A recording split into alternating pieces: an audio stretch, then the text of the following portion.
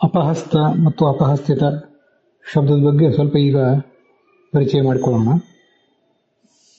ಇದು ಅಪಹಸ್ತ ಶಬ್ದದ ಮೇಲೆ ಇತಚ್ ಪ್ರತ್ಯಯ ಬಂದದ್ದು. ಅಪಹಸ್ತಃ ಅಸ ಸಂಜಾತಃ ಇತಿ ಇತಚ್ ಅಂತ ಶಬ್ದಾರ್ಥ ಕೌಸ್ತುಭದಲ್ಲಿ ಹೇಳ್ತಾರೆ. ವಾಚಸ್ಪತ್ಯದಲ್ಲಿ ಅಪ ಪ್ಲಸ್ ಹಸ್ತ ನಿಚ್ ಅದಾದ್ಮೇಲೆ ನಿಜಂತ ಪ್ರತ್ಯಯ ಬಂದಿದೆ, ನಿಚ್ ಪ್ರತ್ಯಯ ಬಂದಿದೆ, ಅದ ಮುಂದೆ ಕ್ತ ಪ್ರತ್ಯಯ ಬಂದಿದೆ ಅಂತ ಹೀಗೆ ಅಲ್ಲಿ ಪ್ರಯೋಗ ಮಾಡ್ತಾರೆ. ಇದು ಸ್ವಲ್ಪ ಭಿನ್ನವಾದ ನಿಷ್ಪತ್ತಿ ಎಲ್ಲ ಕಡೆ ಕಾಣಿಸ್ತದೆ. ಅಪಹಸ್ತ ಅಂದ್ರೆ ಅಪಸಾರಣಾರ್ಥ ಹಸ್ತ, ಯಾರನ್ನಾದರೂ ಒಬ್ಬರನ್ನ ಅಪಸಾರಣ ಮಾಡುವುದು, ದೂರ ತಳ್ಳುವುದು, ಅದಕ್ಕಾಗಿ ಇರುವ ಕೈ, ಅದಕ್ಕಾಗಿ ಸನ್ನದ್ಧವಾದ ಕೈ. ಅಪಸಾರಣಾಯ ಉದ್ಯತಃ ಹಸ್ತಃ ಯಶಸಃ ಅಂತ ಬಹುರೀಹಿ ಸಮಾಸನೂ ಮಾಡಬಹುದು. ಅಪಹಸ್ತಃ ಅನ್ನೋದು ಏನನ್ನಾದರೂ ಯಾರನ್ನಾದರೂ ತಳ್ಳುವ ವ್ಯಕ್ತಿಯನ್ನಾಗಿ ಹೇಳ್ತದೆ ಬಹುರೀಹಿ ಸಮಾಸ ಮಾಡಿದಾಗ. ಅಪಸಾರಣಾಯ ಉದ್ಯತಃ ಹಸ್ತಃ ಅಂತ ಅಷ್ಟೇ ಕರ್ಮಧಾರಯ ಸಮಾಸ ಮಾಡಿದರೆ ಇನ್ನೊಬ್ಬರನ್ನ ತಳ್ಳುವುದಕ್ಕಾಗಿ, ದೂರ ಕಳಿಸುವುದಕ್ಕಾಗಿ ಉದ್ಯತವಾದ ಕೈ ಅಂತ ಇಷ್ಟು ಮಾತ್ರ ಅರ್ಥ ಆಗ್ತದೆ. ಇದಕ್ಕೆ ದೂರ ತಳ್ಳುವುದು, ಸ್ವಲ್ಪ ಬಲವಾಗಿ ತಳ್ಳುವುದು, ಸಿಟ್ಟಿನಿಂದ ತಿರಸ್ಕಾರದಿಂದ ತಳ್ಳುವುದು ಅಂತ ಹೀಗೆಲ್ಲ ಅದರ ಅಭಿಪ್ರಾಯ ಆಗ್ತದೆ. ಟೇಕಿಂಗ್ ಅವೇ, ಟೇಕಿಂಗ್ ಆಫ್, ಹೀಗೆಲ್ಲ ಅದರ ಅರ್ಥ. ಕುತ್ತಿಗೆ ಮೇಲೆ ಇಡಲ್ಪಟ್ಟ ಹಸ್ತ, ಯಾರನ್ನಾದರೂ ದೂರ ತಳ್ಳುವುದಕ್ಕಾಗಿ ಕುತ್ತಿಗೆ ಮೇಲೆ ಇಡಲ್ಪಟ್ಟ ಹಸ್ತ ಅಂತನೂ ಅದಕ್ಕೆ ಅರ್ಥ ಬರೀತಾರೆ. ಆದರೆ ಕುತ್ತಿಗೆ ಮೇಲೆ ಇಟ್ಟದ್ದು ಅಂತ ಅದಕ್ಕೆ ಅರ್ಥ ಆಗೋದು ಸ್ವಲ್ಪ ಕಷ್ಟವೇ. ಅದೇನೇ ಇರಲಿ, ಯಾರನ್ನಾದರೂ ದೂರ ತಳ್ಳುವುದು, ದೂರ ತಳ್ಳಿಕ್ಕಾಗಿ ಉದ್ಯುತವಾಗಿರುವ ಹಸ್ತ, ಆ ಹಸ್ತ ಉಳ್ಳವನು, ಇದು ಅಪಹಸ್ತ.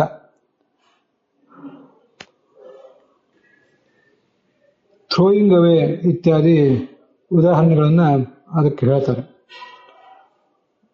ಅರ್ಥಗಳನ್ನು ಹೇಳ್ತಾರೆ. ಅದಕ್ಕೆ ಮಹಾಭಾರತದಲ್ಲಿ ಸಾರಥಿಂಚ ಅಸ್ಯ ಸಾರಥಿಂಚ ಅಸ್ಯ ದೈತಂ ಅಪಹಸ್ತೇನ ಜಗ್ನಿವಾನ್ ಅಂತ ಮಹಾಭಾರತದಲ್ಲಿ ಆದಿಪರ್ವದಲ್ಲಿ ಬಂದಿರುವಂತಹ ಪ್ರಯೋಗ ಒಂದು ಕಾಣಿಸ್ತದೆ.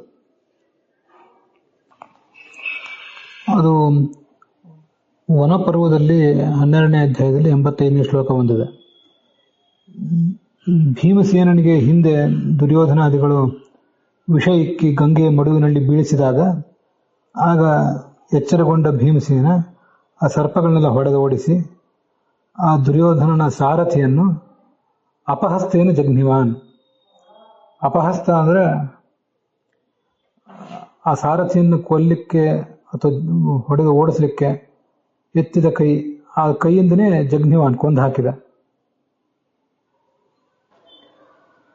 ಕರ್ಣ ಪರ್ವದಲ್ಲಿ ಮತ್ತೊಂದು ಪ್ರಯೋಗ ಇದೆ, 13ನೇ ಅಧ್ಯಾಯ 85ನೇ ಶ್ಲೋಕದಲ್ಲಿ.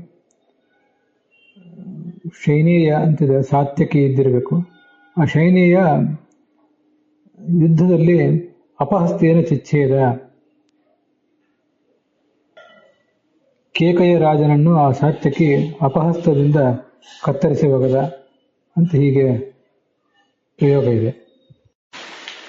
ಅಪಹಸ್ತ ಅನ್ನೋ ಶಬ್ದದ ಬಗ್ಗೆ ಇಷ್ಟ ಆಯ್ತು. ಇನ್ನು ಅಪಹಸ್ತಿತ ಅನ್ನೋ ಶಬ್ದದ ಬಗ್ಗೆ ಒಂದಿಷ್ಟು ನೋಡೋಣ. ಪುಶ್ಡ್ ಡೌನ್, ಥ್ರೋನ್ ಔಟ್, ಥ್ರೋನ್ ಅವೇ, ಹೀಗೆಲ್ಲ ಅದಕ್ಕೆ ಅರ್ಥ ಹೇಳ್ತಾರೆ. ಅಪಹಸ್ತಿತ ಧೈರ್ಯ ಅಂದ್ರೆ ಡಿಸ್ಕಾರ್ಡೆಡ್, ಅಬಾಂಡೆಂಡ್, ಗಿವನ್ ಅಪ್, ಧೈರ್ಯ ಕಳೆದುಕೊಂಡ. ಅಪಹಸ್ತಿತ ಬಾಂಧವ, ಬಾಂಧವರಿಲ್ಲದ. ಅಪಹಸ್ತಿತ ಲಜ್ಜ, ಲಜ್ಜೆ ಇಲ್ಲದ. ಹೀಗೆಲ್ಲ ಕೆಲವು ಉದಾಹರಣೆಗಳನ್ನ ಬೇರೆ ಬೇರೆ ಕಾವ್ಯದಲ್ಲಿ ಬಂದದನ್ನ ತೋರಿಸ್ತಾರೆ. ಮಾಲವಿಕಾಗ್ನಿಮಿತ್ರ ಮೊದಲಾದ ಕಾವ್ಯ, ವಿಕ್ರಮೋರ್ವಶಿಯ ಮೊದಲಾದ ಕಾವ್ಯ. ನಾನೀಗಾಗಲೇ ಹೇಳಿದಂತೆ ಅಪ ಇತ್ಯುಪಸರ್ಗಪೂರ್ವಕ ಹಸ್ತ, ಹಸ್ತ ಧಾತುವೋ ಅಥವಾ ಇದು ನಾಮಧಾತುವೋ, ತತ್ಕರೋತಿ ತದಾ ಚೇಷ್ಟೆ ಅಂತ ಹಿಂದೆ ಕೆಲವೆಲ್ಲ ನೋಡಿದ್ದೀವಿ. ಅಪ ಪ್ಲಸ್ ಹಸ್ತ ಪ್ಲಸ್ ನಿಚ್, ಅದಾದ್ಮೇಲೆ ಕರ್ಮಣಿಕ್ತ ಪ್ರತ್ಯಯ ಅಂತಾರೆ ವಾಚಸ್ಪತ್ಯ ಕೋಶದಲ್ಲಿ. ತದಸ್ಯ ಸಂಜಾತಂ ಇತಿ ಇತಚ್ ಅಂತ ಪಾಣಿನಿಯ ಅಷ್ಟಾಧ್ಯಾಯಲ್ಲಿ 5ನೇ ಅಧ್ಯಾಯ 2ನೇ ಪಾದ 36ನೇ ಶ್ಲೋಕದಲ್ಲಿ 36ನೇ ಸೂತ್ರ, ಇತಚ್ ಪ್ರತ್ಯಯವನ್ನು ಹೇಳುವ ಸೂತ್ರ. ಅಪಹಸ್ತಃ ಅಸ್ಯ ಸಂಜಾತಃ ಇತಿ ಅಪಹಸ್ಥಿತಃ. ಅಸ್ಯ ಅಂದ್ರೆ ಕರ್ಮ, ಯಾರನ್ನ ದೂರ ತಳ್ಳಿದ್ದೀವೋ ಅಥವಾ ಯಾವ ಲಜ್ಜೆ ಮರ್ಯಾದೆ ಬಂಧುಗಳು ಮೊದಲಾದವನ್ನು ತೋಳು ತಂದಿದ್ದೀವೋ ಅದು ಅಲ್ಲಿ ಅಸ್ಯ ಎಂಬ ಶಬ್ದದಿಂದ ವಾಚ್ಯ. ಅಸ್ಯ ಅಪಹಸ್ತಃ ಸಂಜಾತಃ ಇತಿ ಅಪಹಸ್ತಿತಃ ಅಂತೇಳಿ ತಪ್ರತ್ಯಯದ ಅರ್ಥ ಏನು ಬರಬೇಕೋ ಅದೇ ಅರ್ಥ ಬರೋದು.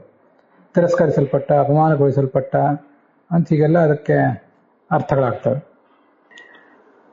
ಜಯತೀರ್ಥರ ತತ್ವೋದ್ಯೋತ ಟೀಕಾದಲ್ಲಿ ನಚ ಜಗತಃ ಅಜ್ಞಾನಜನ್ಯತ್ವೇ ಕಿಂಚಿನ್ಮಾಲಂ ಅನ್ನುವ ಮಧ್ವಾಚಾರ್ಯರ ಮೂಲಕ್ಕೆ ಸಂಬಂಧಪಟ್ಟ ಟೀಕಾದಲ್ಲಿ ಅಪಹಸ್ಥಿತೆ, ಅಲ್ಲಿ ಯಾವುದೋ ಒಂದು ಪೂರ್ವ ಪಕ್ಷದವರ ಅಭಿಪ್ರಾಯವನ್ನು ನಾವು ತಳ್ಳಿ ಹಾಕಿದ ಮೇಲೆ ಅಂತ ಹೀಗಾದರ ಅಭಿಪ್ರಾಯ ಆಗ್ತದೆ.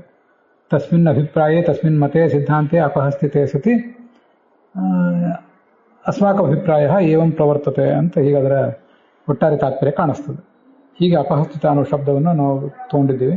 ಅಪಹಸ್ತಯತಿ ಅಂತ ನಾವು ಅದನ್ನು ನಾಮಧಾತುವಾಗಿ ಕೂಡ ಕ್ರಿಯಾಪದವಾಗಿ ಕೂಡ ಪ್ರಯೋಗ ಮಾಡಬಹುದು.